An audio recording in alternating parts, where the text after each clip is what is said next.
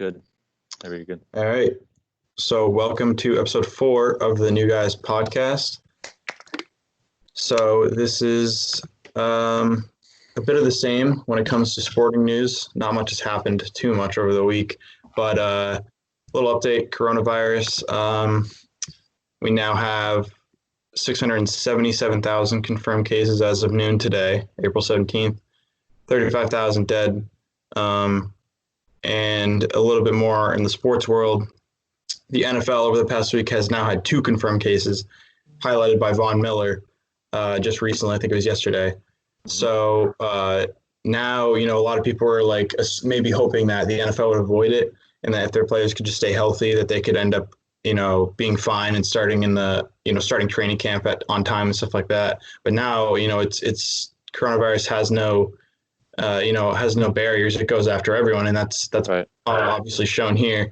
So how do you guys think this affects? Does it affect it that much, or do you guys think that this was bound to happen, so it doesn't really matter? I think it was bound to happen, but I think that doesn't mean that it doesn't affect it. And like you were saying, I think this definitely shows that the coronavirus isn't prejudiced. It'll go after everybody. There's a story about this 19-year-old bodybuilder in tip-top shape who almost died from it. So you know that just because these guys are superior athletes doesn't mean they're going to be fine and brush off the Saint. Could very well take out a good number of these guys. So for the NFL, it's definitely a wake-up call to see this is real. You're not really going to be able to resume things like you normally would, definitely for the time being. And whatever scale you're looking at for time in terms of starting training camp when you regularly do or preseason, you're definitely going to have to push that back a couple of months for sure. So it definitely is a wake-up call. And if you don't push it back, one case is going to turn into 2 is going to turn into 3, so on and so forth. So it doesn't make sense to start anything up now. I definitely think training camp and all that OTA stuff is going to be pushed off for now. It's not going to. For sure. Yeah, and there's a report that came out that a woman was testing positive for it even a month after she didn't have symptoms. So I think that's pretty big because if you have a sports, any athlete in any league that continues to test positive even when they don't have symptoms, they're not going to hold practices. They're not going to hold games for sure. So if you say, let's say Von Miller, God forbid, test positive in 2 months, even though he doesn't have symptoms, they're not going to, they just can't start training camp in good conscience. It just won't happen. So all it takes is one NFL player to have that happen to, and they're delaying the season until everyone's negative. So I think that's pretty big. And Von Miller also said that when he was asked about it, he said he's pretty shocked. His quote was, "I was shocked." And he said it started with a simple cough and then it got worse. So it just shows how it can just come upon people. He probably obviously didn't think he was exposed to anyone. And that obviously is told by him saying he was shocked. Right.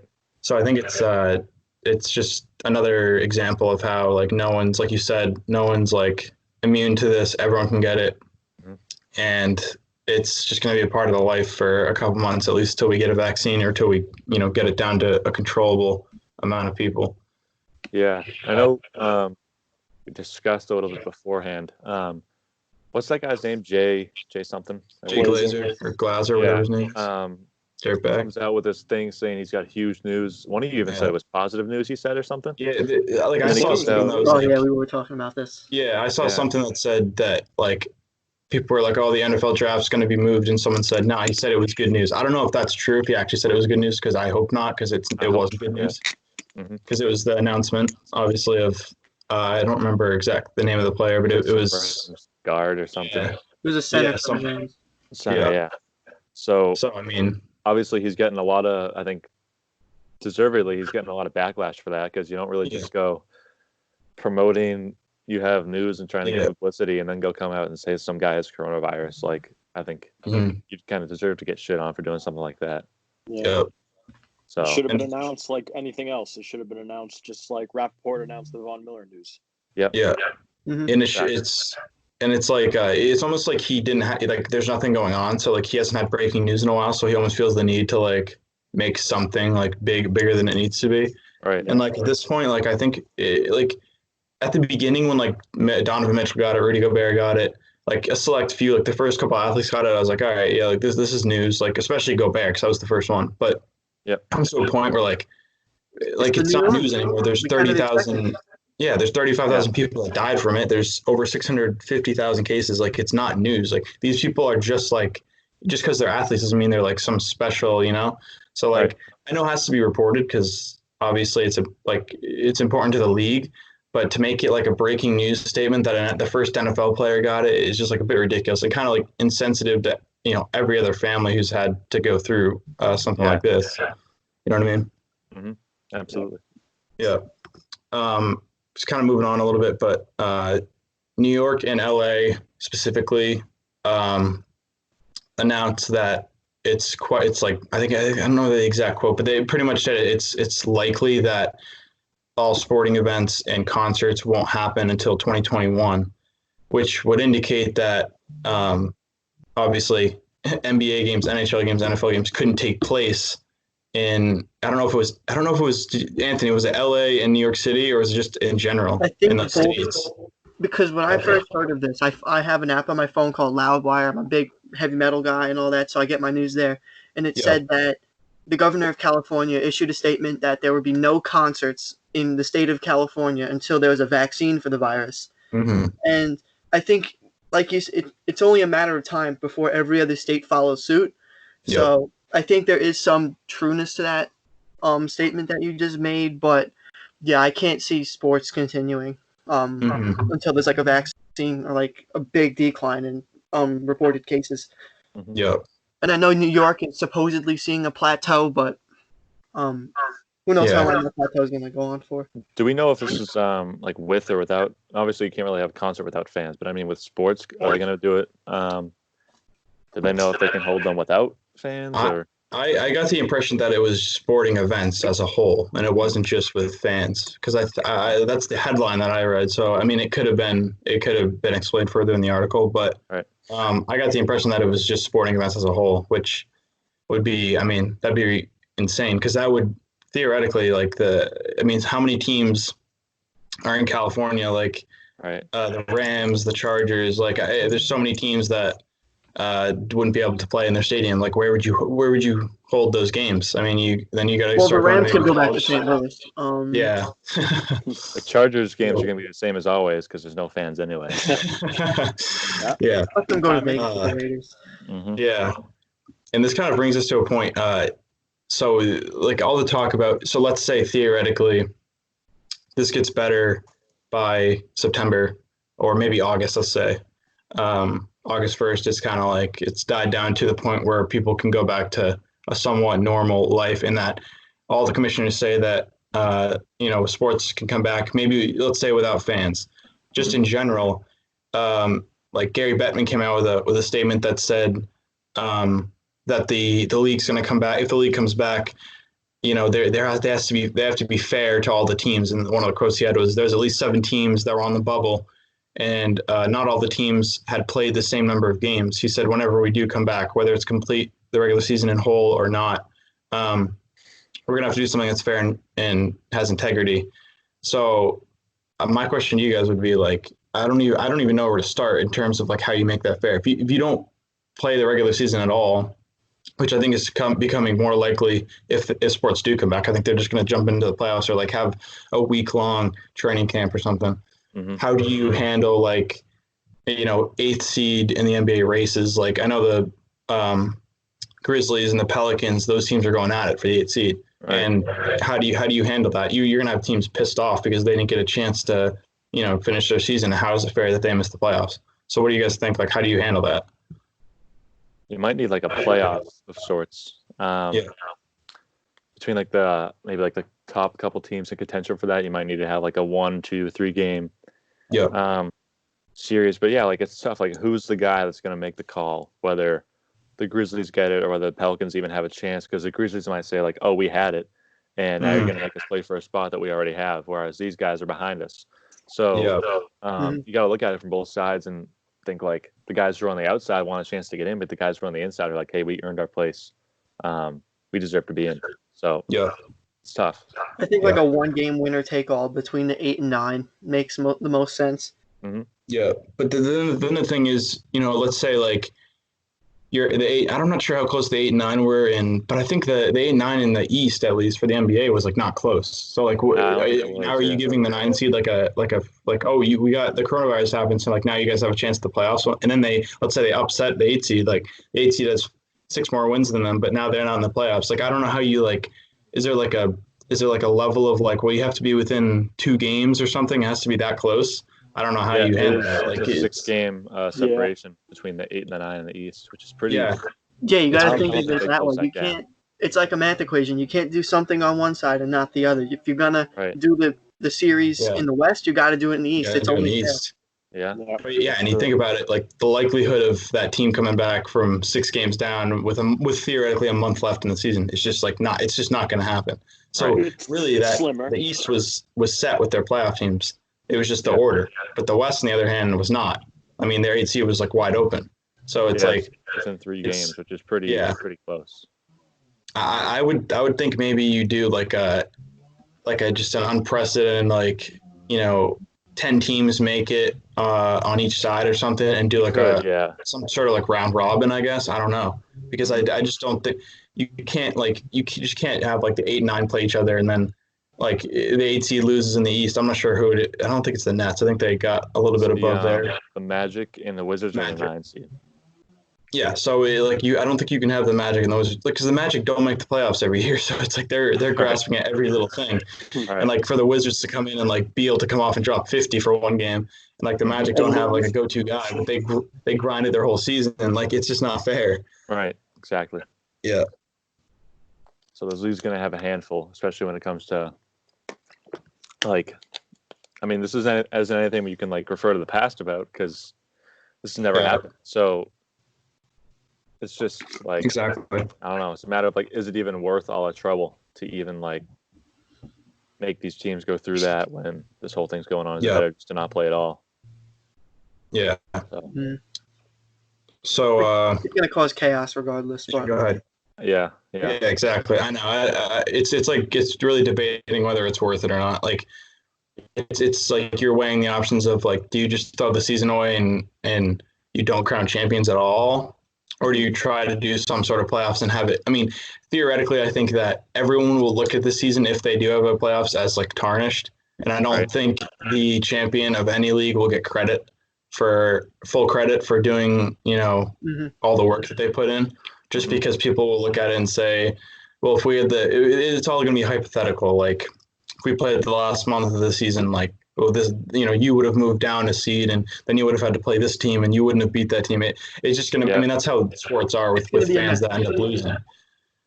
Yeah, you even have like all these contenders. Like, I'm sure Lakers fans are upset because, you got LeBron James, and not that he's slowing down, but he's 35.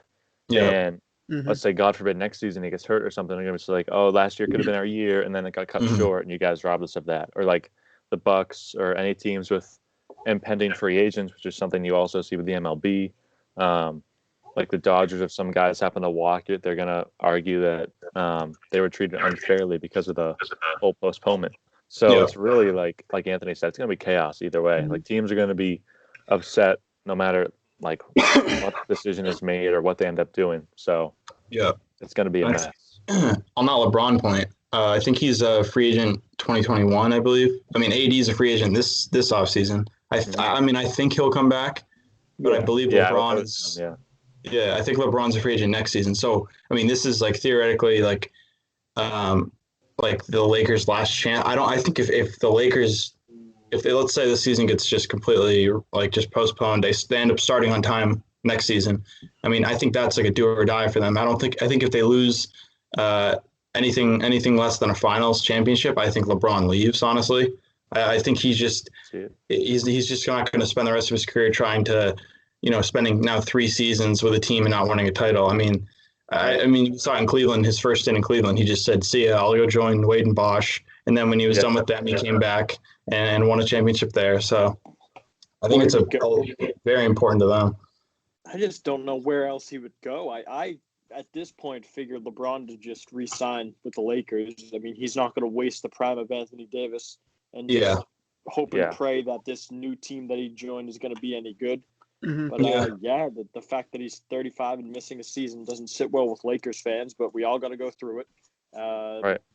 I'd say the Bucks had just as good as a shot of winning the finals as the Lakers did, as well as the Clippers. I thought the Clippers were a better team, but a lot of uncertainty. We just there's just not enough we know yet to say. Yeah, exactly. So we can kind of move on here. One of the biggest stories this week overall, at least in the last couple of days. So I think it broke yesterday at around the same time, about 24 hours ago. Ian Rappaport, I'd theoretically call him the Woj of the NFL. He's pretty reliable in what he says. He said that the reports are saying that the Patriots will use a premium pick. Those are his words, on a QB in the draft, and that Brian Hoyer, as of now, is the starting quarterback and will probably start the 2020 season. Mm-hmm. So that throws everyone into a loop. Everyone who thought Stidham was the clear starter and that we might not even draft a quarterback is now what quarterback are we going to draft?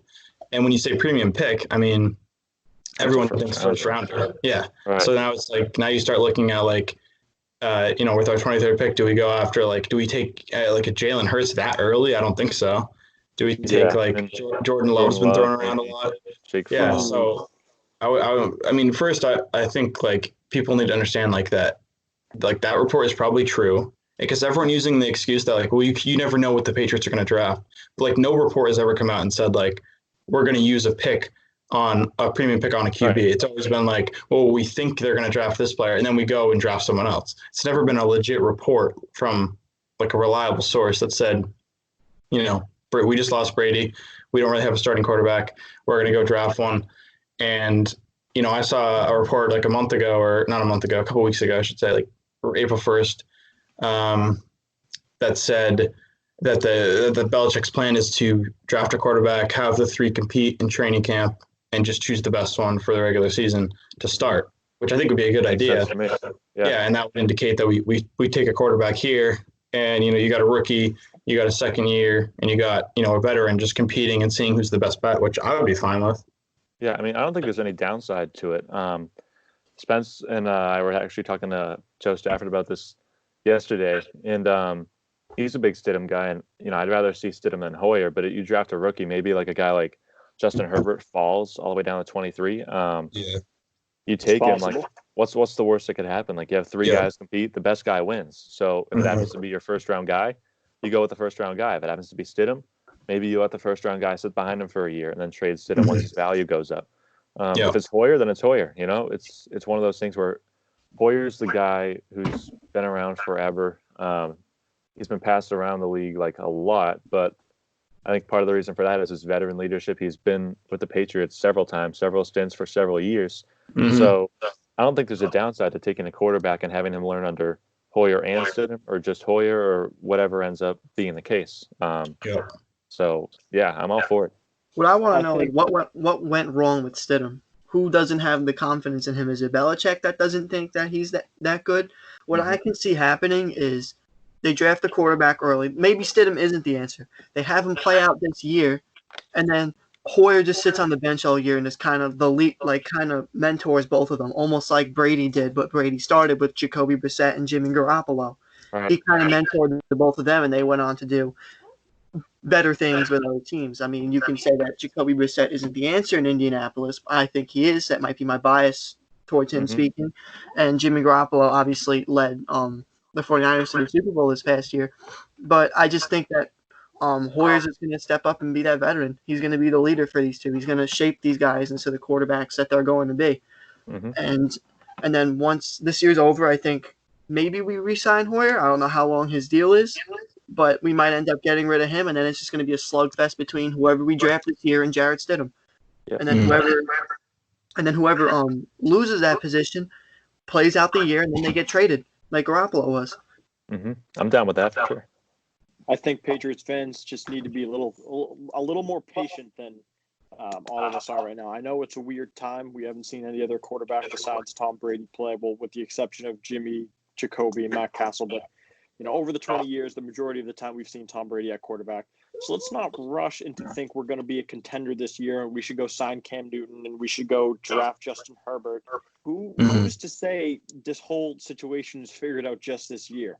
We just have to sit back and let Bill do his thing. And, this year is going to be like a tryout year. There's going to be a lot of guys battling for positions. There's going to be a lot of veterans moved at the end of this year or even before the season started. We just have to be patient, all right? We don't need Stidham to go in there and throw 30 touchdown passes. We don't need Hoyer to bring us to the playoffs. Who says he's going to start all 16 games if he's just the starter in week 1? And if we go draft Justin Herbert or Jake Fromm or someone who falls to the Pats at 23, or if we trade down, there's a lot of different scenarios that can happen. So I think what we need to do as a whole is just stop looking for an immediate answer right now and just let the season go. All right, we're not going to win the Super Bowl. We just have plenty of those teams. All right. Yeah. Got to keep it in perspective. Yeah. I think an interesting point you made, Pat, is that Herbert is it's so funny. He has a wide range just because of teams not needing a quarterback take up the majority of the middle of the draft. At least if you go through the teams, there's not really one that stands out as needing a QB at the moment.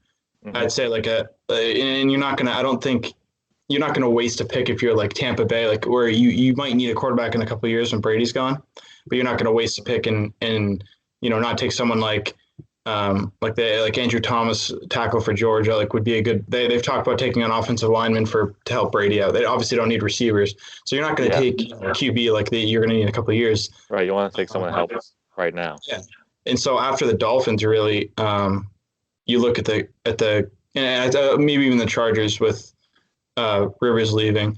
You've got literally 0 teams, I'd say, that theoretically need a QB at the moment. I'd say maybe the Jaguars at they have a pick at 9, but they're not going to take a QB then. But maybe at 20, if he slips, I could see them maybe taking him. But I think they got a good thing in Gardner too. So yeah, and other than that, we're at 23, so it's a couple of picks. There really isn't a huge need for QBs. 7 through 22. So that's the interesting part, that Herbert's a top 5 pick in the draft in most cases, but if the Dolphins or the Chargers pass on him and they end up taking, a linebacker or someone like that, and they pass on Herbert, all of a sudden, the opportunity for him to slip is right there. And for me, if he slips all the way down, I'm probably taking him either way, just because he's got top 5 talent as value projected in the draft. So it's I don't know how you can pass that up. And a lot of people want us to take defense, which I understand, but I don't. And I think there are a lot of decent quarterbacks that we could have. Like we mentioned, Hurts, Jordan Love. I don't know if he'd slip to we don't have a 2nd round pick, so he'd have to slip to the 3rd. All right. So I don't know. And I'd like to see us move up. I'd like to see us get a 2nd round pick. So maybe you can take a defensive player in the 1st round and then take a Jalen Hurts, or maybe if Love slips in the 2nd round. But in general, I'd like us to go after a QB in the 1st round. I personally think we're going to take Jordan Love, but I don't honestly know. It's kind of up in the air, like every year is. That's always nice. I think I'm definitely down with a QB pick, because even if it doesn't pan out to be your guy, it could also just light a fire under Stidham's ass. Yeah. And motivate him to be that much better, to work that much harder. So there's no scenario, I think, where you take a quarterback and it hurts your team. So for that reason, I think go for it. Yep. Yeah, just a couple of the NFL releases. They have their analysts do mock drafts. A couple of them are kind of whack, but overall, these 4 are usually pretty good. They've got us taking. One of them has us taking Harrison Bryant, tight end out of Florida Atlantic. Xavier McKinney from Bama, safety. I've seen his name a lot. Yeah, he's good. Top safety. And then AJ Apenza from Iowa.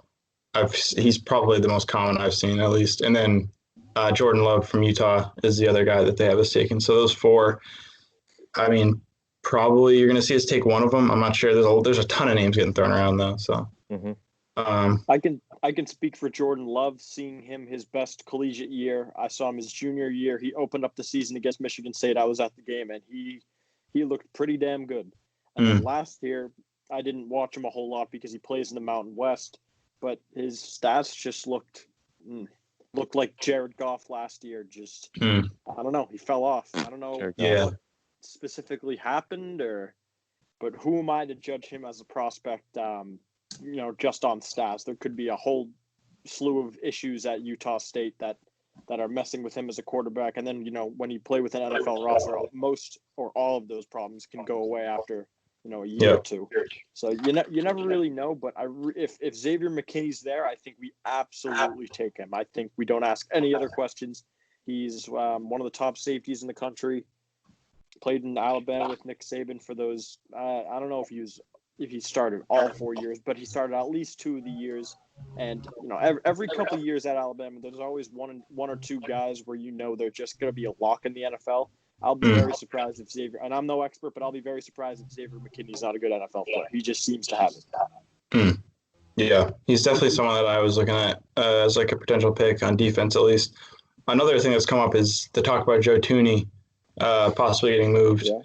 In addition to the Odell talk that's started surrounding the Browns, I guess there was offers being thrown at them, reported offers with not that many picks. I saw like a third and a fourth or a second and a fourth for Odell, which is like, really nothing. It's not much of value. The second has a little bit of value, but you're getting Odell Beckham. So, All right. but one of the things I've seen is, do we try to move up and grab that 10 slot that the Browns have, potentially trade, Thuney in our first and maybe another pick, get that 10 slot and take, maybe take like a Henry Ruggs or a Jerry Jeudy or a wide receiver that I think we pretty desperately need, and then wait and take, we still have our 2 third-rounders, wait and take, a QB and then a linebacker or an end in those rounds, or do we go and take one, a top, defensive end in the, top 10? I don't know, but I personally would like to see us move up, whether it's to 10 or even up to like 15 or something, just to improve our chances of getting who we want. I really don't want, reports to come out after the draft that said we wanted, so-and-so, and they, got drafted at 19 and we didn't want to move up. Like, I mean, that at this point, we're in a pretty pivotal part of the franchise. So it's not like a regular draft where it's like, well, we still have Brady, this draft doesn't really matter. We'll be okay. It's kind of like, well, you're probably drafting franchise pieces here. Theoretically, a first round pick is going to be, yeah, exactly. So it's a little, worrisome just with our history of not wanting to necessarily move up. And us trading down a lot. And our history with first round picks haven't been that good. Obviously, Wynn was a great pick, but Michelle's been, and there's a lot of talk like, you should have took Lamar or you should have took a QB. Now you'd be in a better position. Yeah. But do you guys, are you in favor of us moving up if it means trading a couple picks and maybe Thuney? I wouldn't mind it. Personally, if you can get a guy you think is really going to be a franchise cornerstone, like you said, a guy like Henry Ruggs, Jerry Jeudy, maybe even like an O lineman to replace Marcus Cannon because he's on the decline. If not, he could retire soon. So trading up is definitely something I think they should consider, which they haven't really done in the past. Mm-hmm. But again, it's one of those things like it can't really hurt that bad unless you get a major flop as a pick. But a lot of those guys up in like the upper tier first round picks, NFL ready guys, you can kind of tell that they're going to be at least productive at the NFL level. So I think it's definitely worth consideration if you think the guy that you want or one of the guys that you want isn't going to be available down at 23. Yeah. I think we should trade down. Trade down? Yes. Didn't mean to cut you off, Anthony, but I think we should just move 23 for a couple seconds or a second and a third. We've seen in the past that Bill Belichick isn't the greatest at drafting in the first round. He's had a few, like the Hightower, the Chandler Joneses. I assume McCourty's a first rounder, but now it's not about, getting one guy that'll help this franchise turn around. It's about getting, 15 of them. And like I said, it's going to be a tryout year these next 2 years. We have to find different pieces. Not everyone we draft in the first round is going to hit right away. N'Keal Harry, who knows about him? I mean, he only had 100 yards in, 7 games last year? It's 7 or 8 games. Like, who knows if he's going to be the real deal? We should evaluate every position. But in order to do that, I think we should just move down. Just trade the first, trade 23 to get 2 second-rounders and pick from there. Gives us more flexibility at every position. Definitely a fair point. Yeah. Like I said a few weeks ago, I think this is the most important Bill Belichick draft in his entire career because I think this is the make or break for the next 5 years for this franchise. And I didn't even think about trading down. I mean, I thought we were going to take an offensive lineman at 23, and then we can trade Tooney. We can have that flexibility of trading Tooney, and then we just take it from there. Because honestly, I think once Tooney goes, this offensive line is going to be not as elite as it was, because you have Isaiah Wynn, who's been getting hurt. Who knows if he's reliable? He's obviously shown signs of greatness in the few games that he's played, but you can't lean on him because of his injury history. So I think a guy, like I said, Lloyd Cushenberry, is someone that we can build this offensive line around. Like you said, Marcus Cannon's on the decline. I don't even know who's on this offensive line anymore because I feel like we just keep getting rid of them. Like I thought Logan Jenkins was on the team still a few days ago. So I think offensive line is one of our priorities in this draft. Yeah, I would agree. I think so. To your point, Anthony, I understand the the thought process behind, and it's really a good one. If you take an O lineman there, you have the ability to trade Tooney. We talk about trading Tooney and maybe a pick for Odell straight up. It opens up cap space for them. I think it's like $500,000 it opens up, so it's not much, but it's a little bit. And I mean, that would be a great move if we could do that, and then take a QB in the second or third round. I mean, then you got your QB competition going on. You got a good old lineman from the draft, a young one, with him and Wynn now being your future, and then you go out and get an elite receiver like Odell to help out whoever starts. And then Anthony, your point is, I agree as well. I think that trading down is definitely an option. I would say if there is someone that they feel they could, if like Jordan Love or someone that they feel they can get at a later point, and that they don't, nothing jumps out to them, I'd be interested in trading down. But I just think that, like you said, first round talent for us hasn't been great. And I think I agree with you in saying that it's not going to be just one player that comes in and changes the game, especially a defensive player. I think, I would rather have, if you're going to take a safety or a linebacker at 23, I think I'd rather have 2 second rounders for that, or another second and a third. Yep. And then you've got 4 picks in the next 2 rounds rather than, just taking a linebacker and, obviously helping out your defense tremendously, but then you're risking maybe passing on some other guys. So I would much rather have a couple of later round picks, like second and third rounders, or maybe even a future pick next year as well. I mean, I really wouldn't mind them trading their first for a second this year and a second next year. I wouldn't mind that at all. Yeah. So I see both sides. There's arguments for both, whether you want to trade up or not. I think there's talent. This is such a deep draft, but it's pretty top heavy as well. So it's like there's the top 15 picks that all have a tremendous talent. So, wanting to trade, for one of those guys is completely feasible, but wanting to trade down and getting more picks for depth is, obviously, I think understandable. it's the way. This isn't going to be a problem solved overnight. It's not going to be solved with one guy. It's going to take a few years. We should capitalize on every opportunity we can. And Belichick obviously is known for his late round draft picks that become, NFL starters and studs. Why not continue that? If that's a skill, we can work with it. Right. Yeah. Yeah. So if we have any more thoughts on the NFL draft, but we can move on. Unless someone wants to say something. But I just recently, I think within the last hour or so, the Patriots posted on their Instagram account a little preview, I think, of the jerseys that they might release. I didn't even see that. I'm gonna go check that out now. Yeah, it says new uniforms, Patriots Day 2020, something borrowed, something blue, something old. So the immediate thinking behind that are the 90s jerseys coming back, because that would be those are blue, those are old, those are I think it could be like a mix. I think it's like the color rush. What we had similar to the when Jacoby Brissett played the Texans, when we played the Falcons in the next year. I think it's a concept similar to that. Maybe white pants instead of gray, or instead of blue pants, white pants. What's borrowed? What are they borrowing? Like something? Yeah, I know. I think it's the color yeah. rush unis. I think we're borrowing the alternate unis and making them into the new home and away. It's just my theory. With the blue color, what you're saying, Spence? Yeah. Like the blue with the red stripe. Yeah, I'm not a huge fan of that for the new full-time jerseys. To be honest, I never really loved those jerseys, but I do like the concept going around, like the all white the white Yeah. shirt, white pants. Yeah. I hope they bring back some kind of change in the helmet too. Yeah. I may be in the minority, but I don't like the '90s jerseys at all. Like the all blue, like the huge Patriots logo. I don't like them I at don't like all. the I think they huge look logo. whack. I like think it looks for goofy. the 90s. I Yeah. don't like it for Right. 2020. Yeah, Oh. exactly. I know it was like '90s fashion back then. Like it looked cool back then, but like I don't really like it now. But a lot of people were saying like they want the throwbacks, which I don't know. I would like Maybe once in a while. I like the ones that they had a while ago, like many years ago. Well, Red. like when Moss was on the team, they had like the throwbacks with the all red. Yeah. I Those love are those. fire, I Yeah, think. those are Those the are best. great. So here's Yeah. what I'm thinking. You can kiss the red Minuteman jerseys goodbye because the league Good rule stuff. is that you can only have the one helmet, and I can't see the Flying Elvis helmet matching that red Yeah. uniform from the early Yeah. days. Uh-huh. What I can see is, like Spencer said, the Color Rush jerseys are like an alternated version of them become the home and away. And then that raises the question, what's our Color Rush jersey?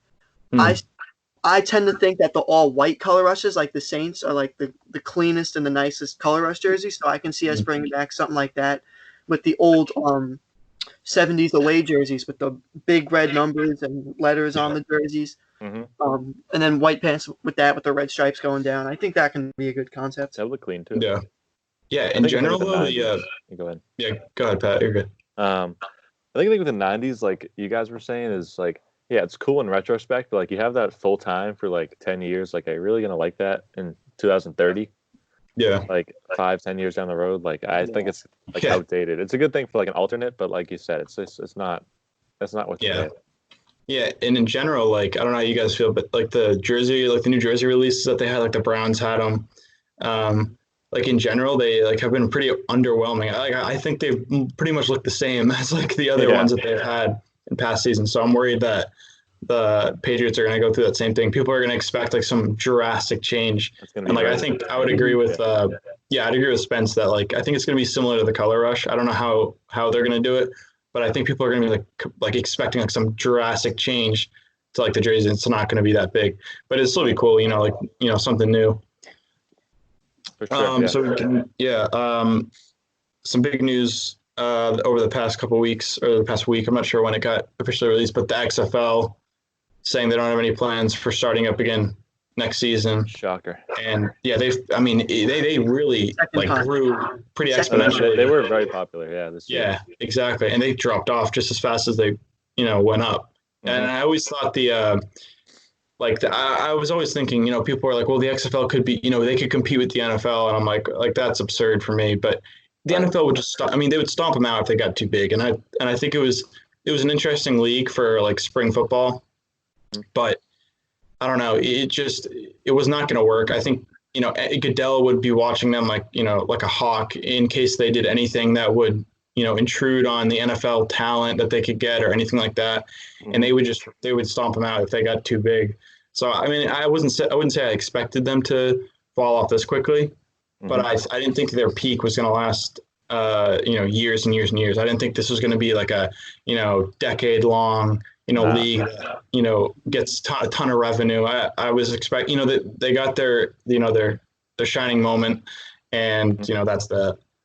I think it's the last hurrah for the. I don't think they're gonna be coming back XFL. Yeah, no. Because I think it's like their their good third idea in concept.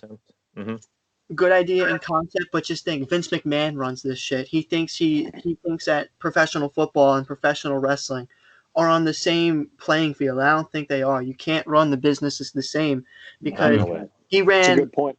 He has a whole monopoly with the WWE right now. Yep. Granted that there are some promotions like AEW and TNA that try and give a competition, but there's just no way. And I think that maybe he's thinking that he can be the WCW, going back to the Monday Night Wars that competed with WWE back in the 90s, in the late 90s, and that started the Attitude Era and all that. So I thought he might have been just trying to do something different with the XFL, bring something new to football like he did with wrestling and bringing in the Attitude Era with like the edgier content. And he just thought that was going to work. And in the world of professional football, it's not going to. Right. Yeah. And they filed for bankruptcy, right? The XFL? Yeah. They did, I think. Yeah. They did, yeah. Does So that they really- play into COVID? Does that? I don't know. Honestly. Question. Good, right? Because weren't their season ended because of the virus, didn't it? Yeah. Yeah. Yeah. So they didn't go bankrupt prior to this. Right. No. Yeah, I mean, it's tough. I mean, like I said, I think people were like the expectations of the XFL. It was so hyped up. I think everything was overhyped in that league. It was like, oh, well, they can hit however they want and they can do this and they can do that. But like in general, it really wasn't that much different than the NFL. Mm-hmm. I mean, talent-wise, it was extremely different. There wasn't as much talent. But in terms of like, which would I rather watch? Obviously, the NFL is still above it. It will always be above it. Mm-hmm. It's not like I think people were like, just like I said, overhyping every aspect of it, like how they interviewed coaches after, they interviewed kickers after which were all very cool. But it didn't make it any more enjoyable to watch than the NFL. Football is football, but the talent from the NFL side was extraordinarily better. And without talent, you're not going to get a ton of people to watch just because you interview coaches after, plays, or you interview kickers after they miss a game-winning field goal. It's just not going to attract a huge audience. All right. It was a league for football fiends and gamblers. That's the best way to put it. Yeah, exactly. Yeah. And it was a league to feed the hunger of football fans during the offseason and for the days that the NFL isn't going and stuff like that. So it was a good idea. No one's denying that it wasn't a bad idea. Didn't work. Yeah, exactly. Yeah. How much money was lost? I want to know how much money Vince McMahon ended up losing, because for all these years, all we knew was, WWE doesn't have any stocks invested, and it just came out that the WWE did in fact have stocks invested in the XFL. So I want to know how much money they lost there. And going on to the next topic, did that lead into the releases of how much staff? They released a bunch of wrestlers, a bunch of talent crew and all that. Some of them were laid off. Some of them probably going to come back, but at what cost? Yeah. All right. And it's interesting. They're even going to want to come back too. Yeah. Oh, I believe 100% that most of them, guys like Luke Gallows, Carl Anderson, are going to go to AEW because the opportunity is going to be there, and they're not just going to be treated like crap. Because I know a bunch of guys think they're just being treated like crap there. So. No, I don't my wrestling knowledge is pretty limited. I watched it years ago, back in 2013. But what do you think those guys are going to go over to the AEW? Do you think? And I don't know if that happened with WWE and WCW back in the 90s, but do you think those guys are going to go over and think it'll cause any more of a rivalry than that's there right now? Right now, I don't think there's a rivalry between the two because they're on two different time slots and two completely different days. But I think I stand corrected on that. I believe NXT, which is basically WWE's C show, that kind of it goes Raw, SmackDown, and then NXT. That's in the same time slot, but I don't think there's really a competition there. Yeah. But I think that some of the guys will go to AEW. Guys like Rusev, I think Zack Ryder and Kurt Hawkins may go because those two are best friends. They're going to get released and they're going to want to jump ship to the next company together. I think they can do some great things there. And they were kind of underutilized by the WWE.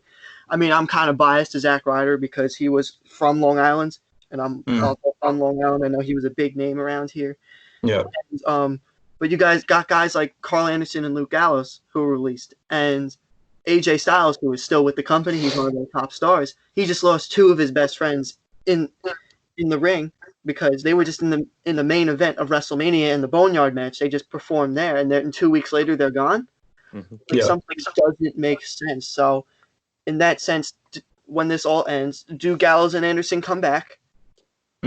Or do they jump ship to AEW? And if they do, does AJ Styles join them?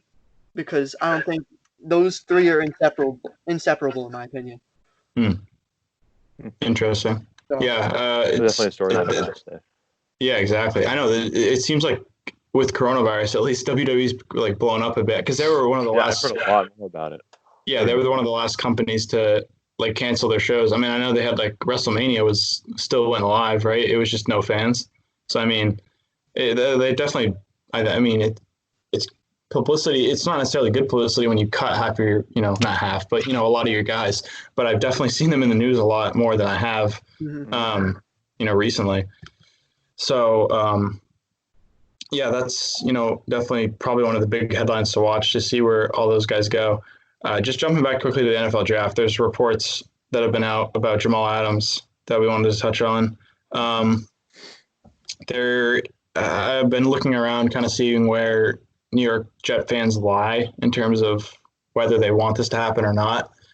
I know Jamal Adams in general is I don't like him, and I don't think any New England Patriots fans like him just because of how he acts in general. But Doesn't help. yeah, exactly. And so I don't know how you guys feel. So they have the 17th pick, and then they have 51 in the second round. Do you think they pair the 17 and Adams to try to get like a top pick? I don't know. I don't know what their plan would be. Like, I don't think they're going to go after a quarterback. I mean, they have Darnold, so I don't know if they'd move up in the draft or they would try to get another player for him with the 17th pick. I don't know. Do you guys have anything on that? I don't really know. They have so many needs. I feel like that maybe they just trade up to get another first rounder. And Jamal Adams definitely going to have a lot of suitors because he's probably arguably the best safety in the league. Yeah. So don't like him, like obviously because I'm a Patriots fan, but like as a player, like he's the kind of guy that you'd love to have on your team. So I think he's sick of being there. He wanted to sign an extension, I believe, a few months ago.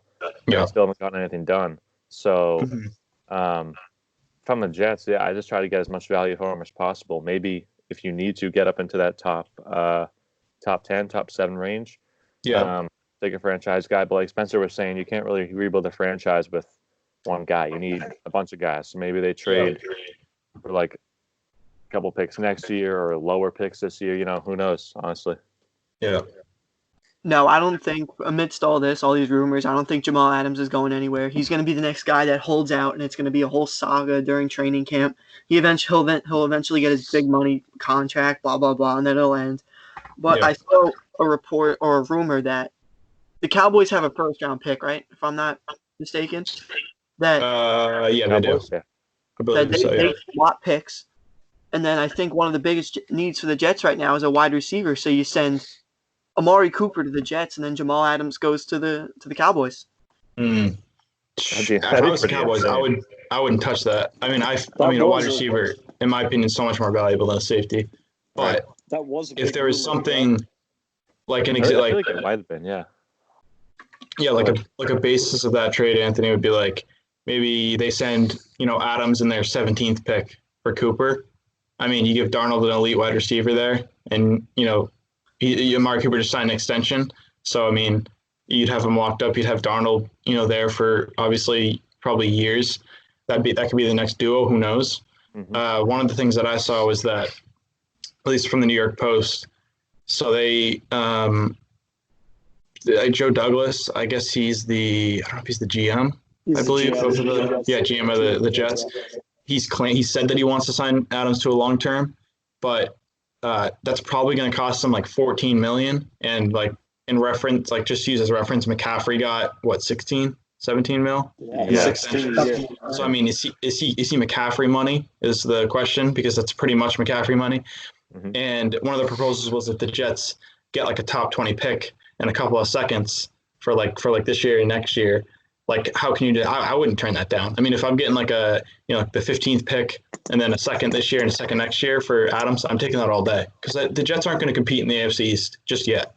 I mean, the Bills are probably ahead of us now. Don't worry. Yeah, the Bills are probably ahead of us, and we're ahead of the Jets and the Dolphins. So the Jets are towards the bottom. They still need to work their way up. So you might as well, keep building for the future, because next year, you can already kiss it goodbye. That you're not going to, compete. So I mean, trade one of your safeties out. It's going to want a lot of money. Get 3 picks for it, including a top 20 this year and a second rounder this year, and build off one of the deeper drafts that we've seen in the past decade. Yeah, that's what they need to do. The Jets are such like a staple of being like a bad franchise, bad moves, bad team. So they really need to. I don't know. They need to turn it around. Yeah, it's kind of wild too, because like every year for the past 20 years, we were like, everyone would say Patriots are going to win the division, obviously, but it's never been like at least the Bills have actually crept up, and now they're probably ahead of us. Now they're probably a division winner this next year. Who knows? Yeah. Anything can happen. But the Bills have consistently gotten better. They draft Josh Allen. They make trades. And their defense is arguably the best in the league. They have great players on their team. The Jets just seem so stagnant in what they do. They picked Darnold, which he hasn't worked out that well. They don't have depth in the wide receiver position. Their defense is subpar aside from Jamal Adams. Their running game's not that good either. I mean, there's nothing that's like stands out there. It's all like just. So I just think they need to just like throw it all away, get Adams out of there, get the picks, draft some guys, and just build around. Get 2 first-round picks this year. Like that, if you got they have the 17th pick. If you can get the 15th pick, 15 and 17, you might have a Henry Ruggs or a CeeDee Lamb or a Jerry Jeudy slip that far. I mean, it's theoretically extremely possible. I mean, I've seen, and I mean a wide receiver there, but you need someone that Darnold can throw to. And aside from Robbie Anderson, who's not like an elite receiver by any means. He's gone now, isn't he? I think exactly. He's gone. Yeah, so they have even less people. Where did he go? I remember off the top of my head, Robbie Anderson. Yeah. Panthers. Panthers, yeah, but he's always been like a number 2 guy, but he's been their number 1 guy. But I always saw him as like a good number 2 to go along with like like a Julio Jones or something like that. Mm-hmm. But now they have even less. Yeah, they have even less to work with. Which is the problem for Sam Darnold trying to develop with no receivers. I think that's even more incentive to just throw it away. Just I think their best bet is to build the offense up. And if you're gonna have if you end up taking like let's theoretical trade with the Cowboys and get a top, or not necessarily with the Cowboys, but just a top 20 pick in general, get 2 seconds for one this year, one next year. I think they have a second this year already. So that's now you have 4 picks in the top 2 rounds. Those are 4 players that are going to start on your team and will provide like tremendously, for the future. And those top 20 picks that you have in the first round will probably, possibly even compete, for, guys like Rookie of the Year and stuff like that. I mean, so I think it's a tough road for the Jets, and they've been on the road for 10 years. But I think they just need to like face the fact it's almost like they go like a little bit towards like rebuilding, but then they like immediately like think they can compete. And like for years, when the Patriots were running the division, they should have been building it up like the Bills were. I mean, and the Bills did a great job. Now the leaves, and the Bills are in a prime position to win the division. The Dolphins are making moves too. Yeah, exactly. And I mean, and the Dolphins, if they take Tua or they take Herbert, just like that, now they're starting to creep up. And then now the Jets are probably at the bottom of the division. And they just, I don't know. I just think it would be smart for the Jets to move him and not pay him, the money he wants. Let Jamal Adams go to maybe a contender who, needs some help on defense, and, not waste the rest of his career on a shitty team. So, yeah, we'll see. So I think we only have one topic left, pretty big one. In the past couple of days, GRD and Babs going at it. A lot of shots being thrown, a lot of stuff being dug up from the quarantine's really getting to him. Yeah. I mean, I love him. He created this great platform for giving opportunities like myself and you guys to express our opinions about sports. But god damn, he just loves to fight. Like he loves it. Yeah, it's awesome. Really I love it. Yeah, he's competitive. He wants to get out there, and he's coming at anybody who comes at him. And you got to respect that. You got to love that. Yeah, 100%. I think it's going to start a whole ride the wave Civil War type of thing, like Captain America and Iron Man. People are going to be taking sides of GRD. People are going to be taking sides of Babs, and they're splitting the brand. It's like on their stories, like everyone's story. Like I'm just clicking like through it, and it's just constant content about that. I'm like, oh my god, I know. It's crazy. The amount of posts that have been, and the DMs that GRD keeps getting. I'm like, my god, they're just he's holding his ground though. The amount of younger pictures of Babs when he was, how do I say it nice, bigger. Have just been flooding my Instagram feed, and I just think it's great. Photoshop jobs and all that. Yeah, they're really. It's photoshopped. He's let's go Warriors. Yeah, the KD jersey's photoshopped right to GRD. Yeah, sure. Yeah. So that'll be someone to watch. Hey, without I don't sports, think I'll watch. Yeah, it's without definitely sports, entertaining during. it gives us something. Yep, it gives us Yeah. something to look at. Definitely. So yeah, that covers a good amount of topics and stuff that have happened over the past week. Hopefully, next week we have our podcast and we'll have the draft to discuss. So that will be something. Jake But- Fromm. Fingers Yeah, crossed. still on that Jake Fromm train. I haven't heard his name come up a lot in the past, couple of weeks. I think he was big like a month ago, but I don't know. I wouldn't mind it though. Wait and see. I wouldn't mind it. Second, third round pick. Yeah, Well, Hey, I if think we'll have our eyes on him. yeah. If we wait, definitely, because I mean, you're not going to get obviously if Herbert slips, you're not going to get him further than the first round, and I don't think Jordan Love's going to slip until like the third or fourth. So if if Fromm is someone who slips, that far, I wouldn't mind doing that if you can get some other guys to build around him. Mhm. So I think that about wraps it up, guys. It's episode 4 done. Obviously, like we said, we'll have a little bit more to talk about next week. Hopefully, we get some bigger news for our next pod. But other than that, I think we're signing out. All right. Peace. All right. Peace.